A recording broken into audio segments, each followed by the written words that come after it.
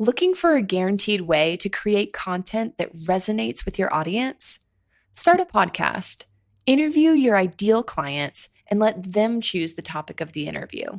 Because if your ideal clients care about the topic, there's a good chance the rest of your audience will care about it too. Learn more at sweetfishmedia.com. You're listening to B2B Growth, a daily podcast for B2B leaders. We've interviewed names you've probably heard before, like Gary Vaynerchuk and Simon Sinek, but you've probably never heard from the majority of our guests. That's because the bulk of our interviews aren't with professional speakers and authors. Most of our guests are in the trenches leading sales and marketing teams. They're implementing strategy. They're experimenting with tactics. They're building the fastest growing B2B companies in the world. My name is James Carberry. I'm the founder of Sweetfish Media, a podcast agency for B2B brands, and I'm also one of the co-hosts of this show. When we're not interviewing sales and marketing leaders, you'll hear stories from behind the scenes of our own business. We'll share the ups and downs of our journey as we attempt to take over the world. Just kidding. Well, maybe. Let's get into the show.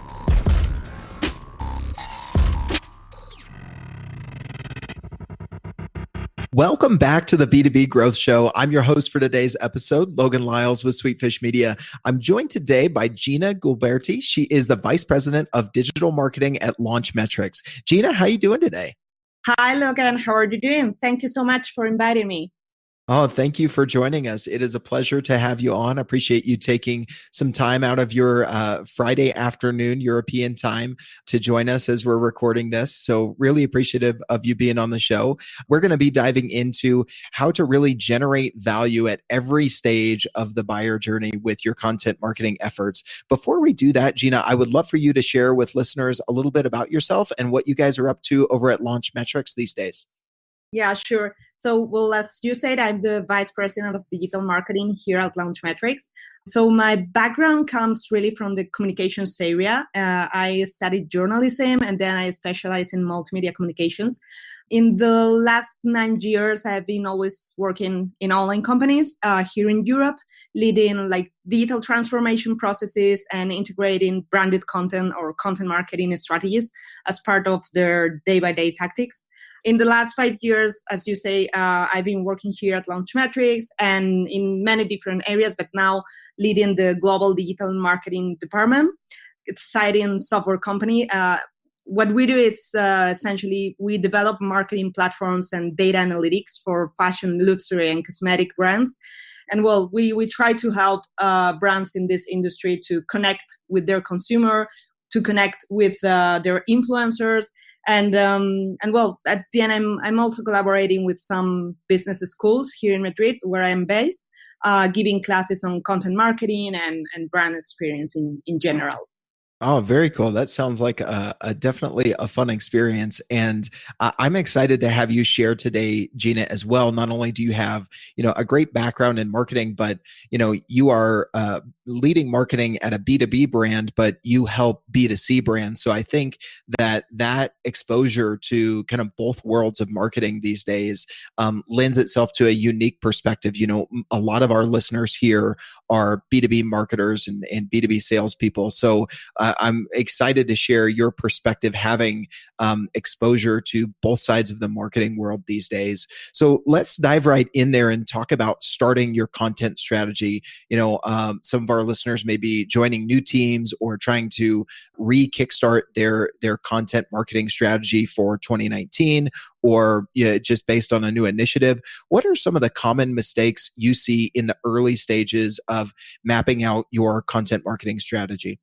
Yes. So the most common mistake I would say is to think that, for example, we need to open a blog or start doing ebooks, podcasts, or webinars only because, because the competitors or because everyone is doing it. Like it used to happen to many companies in the past, and I guess, of course, it's still happening to a few of them, that they open a blog because the boss saw a competitor publishing articles and stuff on their site, and suddenly they say, okay, now we need to open a blog, we need to start producing content, but they really don't know why or what they are going to do on that blog, on that content space. And the most important thing is that they don't do it with the schedule, with the strategy, or with the plan. So opening a blog, for example, is not, for me, it's not content marketing. Like, that's not true that every single article is going to provide you results, because you really need to have like a goal, a direction. Your content needs to be optimized in terms of SEO, and it needs to be part of a 360 degrees strategy that can also integrate, I don't know, events, PR, or traditional marketing. In our case, for example, in Launchmetrics, I can say that content marketing is definitely a successful tactic, not only for awareness results, because right now we have more or less like 70% of our website traffic that is coming from organic searches that arrives to our blog posts or content pieces, but also for contributing to the business. We can generate business opportunities through content. But of course, for getting to that point, we need to understand that content marketing is a full thing. It's a full strategy. And that measurement, for example, it's key for analyzing what's working, what's not working, what's the behavior of our users, the content formats that are performing better for awareness, consideration, or lead generation goals. Like, all these insights are absolutely necessary and useful to start doing properly content marketing. So I will say that's the most common mistake, like to think we are going to open a blog and that's it. We are doing content marketing. Mm-hmm. Yeah. So, the idea is, don't just think that, you build it and they will come. There needs to be a more structured plan in place. I heard you say, you need to think about the different platforms, the different media types you're going to use. Do you see a lot of people stumble as well, Gina, in, okay, we've identified that, whether it's a podcast or a blog or a webinar series, that, this platform is going to engage our potential buyers. This is where they're living, but people then, repurpose that content without really thinking about it. That where do you fall on, the content is the content and it doesn't really matter what platform you're sharing it on, or you need to really customize and think about when and where are people consuming this, and does this delivery of the content fit the medium that you're delivering it on? Yeah, I mean, absolutely. You need to understand your consumer. You need to understand also your industry, for example. In our case, we are software, as I say, we are a software company for fashion industry and cosmetics industries. So in our case, I can tell you a story about, a content format that we started doing like a few years ago. We started doing like deep interviews of industry professionals on our blog. Like, they were, I don't know, articles or blog posts of more than 1,000 words, really deep interviews with these professionals. And we realized that like only 20% of our users were arriving to the end of this blog post because it was too much for them. Like, the fashion industry is super fast. People that is working in fashion, they don't have time to be reading an article for, 10, 15 minutes. So we realized that kind of format was not working. So what we decided is to shorten that kind of blog post. Now we have a series that is called Industry Insiders that is much more short, and it's working definitely much better. So that's exactly what we need to do in content marketing, like to analyze what our consumer is looking for and when they are going to consume it, also looking at the times in which they are connected or not. And at the end, understand the industry in which you are working. It's not the same in the fashion industry than in the, healthy industry. It totally depends. Mm-hmm. Yeah. So not only thinking about what sort of content do we need at each stage for the buyer, but what's their day-to-day like? How are they consuming content and matching that to your strategy as well? I think that's great advice no matter what industry you're in. The answer to that question is going to be different, but the important thing is that you're asking that question. One of the things you mentioned offline, Gina, before we hit record on this interview is that, you guys have found some success in leveraging influencers as part of your content strategy. Could you speak to that story a little bit for listeners? Yeah, sure. Influencers phenomenon, it's really interesting. Like, Of course, we are very familiar with this topic because we have an influencer management platform that it's used by many global brands, many clients. But there is also like a personal anecdote we had in September. So I don't know if everyone knows who's Chiara Ferragni. She's one of the most popular influencers within the fashion industry. She opened a blog 10 years ago and started taking pictures of herself with different outfits and styles. And now she has her own agency, a fashion brand. She has even a Harvard Business School case study. So I think it's the only influencer in the world that has something like that in Harvard. So she got married the last month of September. And in order to analyze the impact of some of the brands that she used for her dress, her makeup, or her shoes, we set it up a monitoring of her wedding and launched the day after the wedding a content piece on her blog with many insights and data. I mean, the most relevant one was saying that Chiara Ferragni's wedding generated over $36 million in media impact value. So what's funny is that in not more than an hour, she shared that article on her Instagram stories, and all media publications from US to France, Italy, Germany, Spain, etc., were publishing the news linking to our blog post.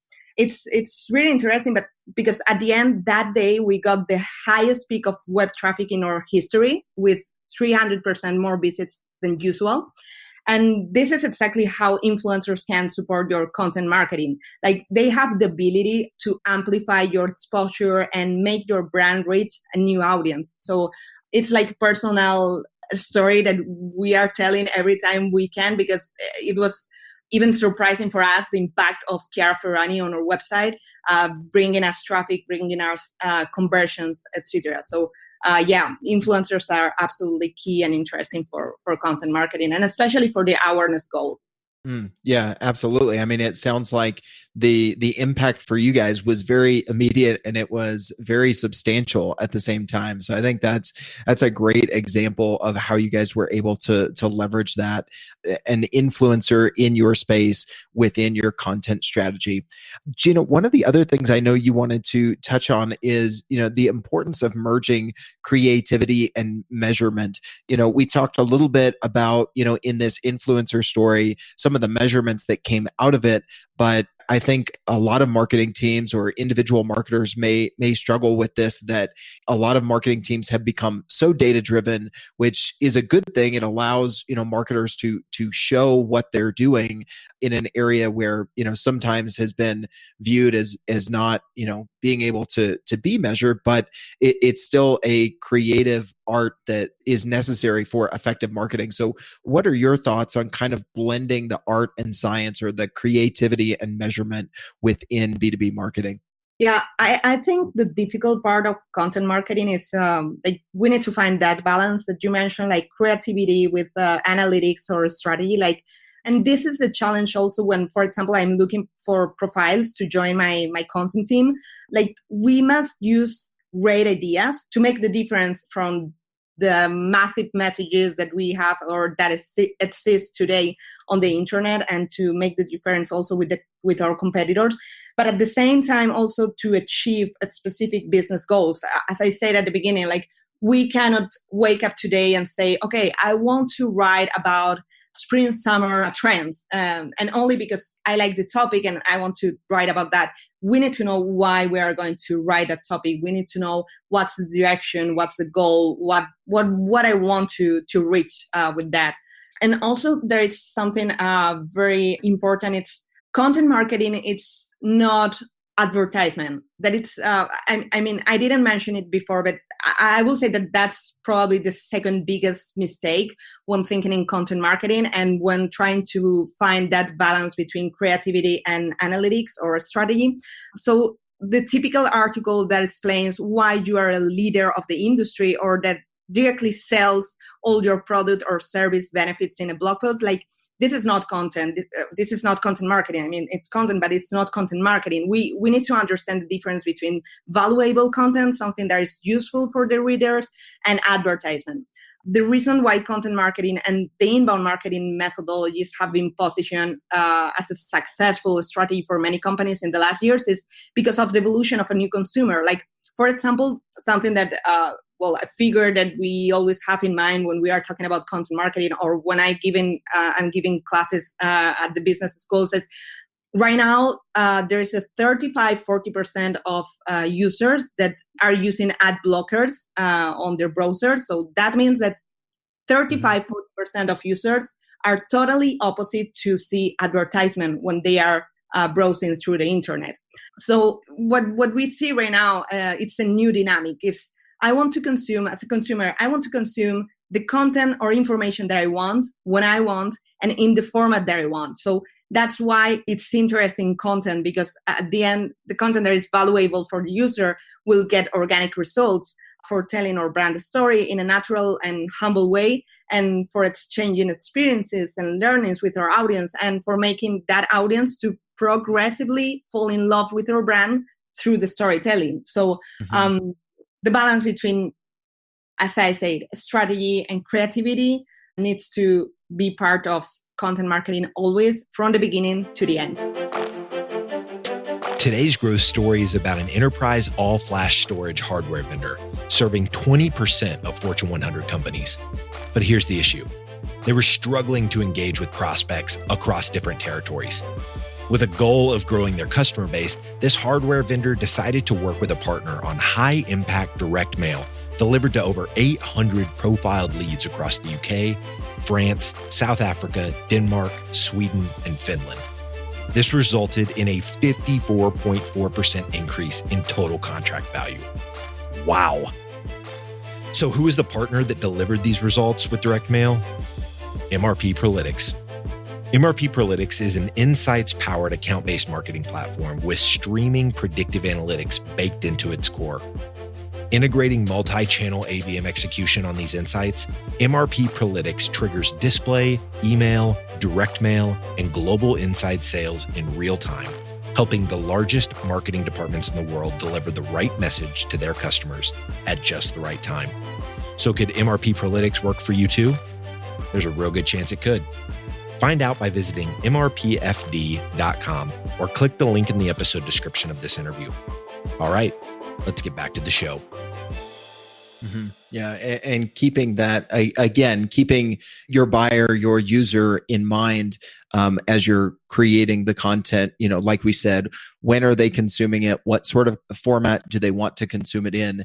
And is it something that's actually delivering value? And it's not just content advertising and instead of actually content marketing. I like how you broke that down there. And that stat, definitely reinforces the importance of delivering valuable content as people are, tuning out direct advertisements much, much more than they were in the past. So Gina, I love the stories and passion that you bring to this subject. It's been great having you on the show. If anybody listening to this would like to stay connected with you, reach out or learn more about Launchmetrics, what's the best way for them to find you? Sure. They can reach out to me on my LinkedIn. That's probably the best way, or even Instagram. I'm a lover of Instagram. I'm Gina Gulberti, Gina Gulberti. It's quite difficult, an Italian name. And I will be really happy to answer any question or doubt regarding this or other topics related to digital strategies. And of course, they can go to the Launchmetrics website where we do a lot of content marketing in launchmetrics.com. Again, we'll be super happy to answer any question or doubt. Awesome. Gina, thank you so much for being on the show today. Thank you so much, Logan, for hosting the podcast series. That's so useful for all marketers. And I really love participating and sharing my experience with all of you guys. Digital marketing agencies have a tough job. You have to stay on top of the latest marketing strategies for your clients and your agency. What if there was a way you could address both at the same time? Imagine your agency putting out content with greater quality and quantity. Envision bringing your clients a turnkey solution for one of B2B marketing's fastest growing media strategies, podcasting. All those clients asking for your help with their account-based marketing efforts? Picture being the first to bring them the idea of content-based networking, showing them the proven strategy for breaking into their most coveted accounts. Here's the concept. Sweetfish Media is looking to work with a limited number of innovative agencies interested in a new partnership model. We produce a podcast for your agency. You introduce the power of podcasting and Sweetfish services to your clients. Everybody wins. Learn more at sweetfishpartners.com.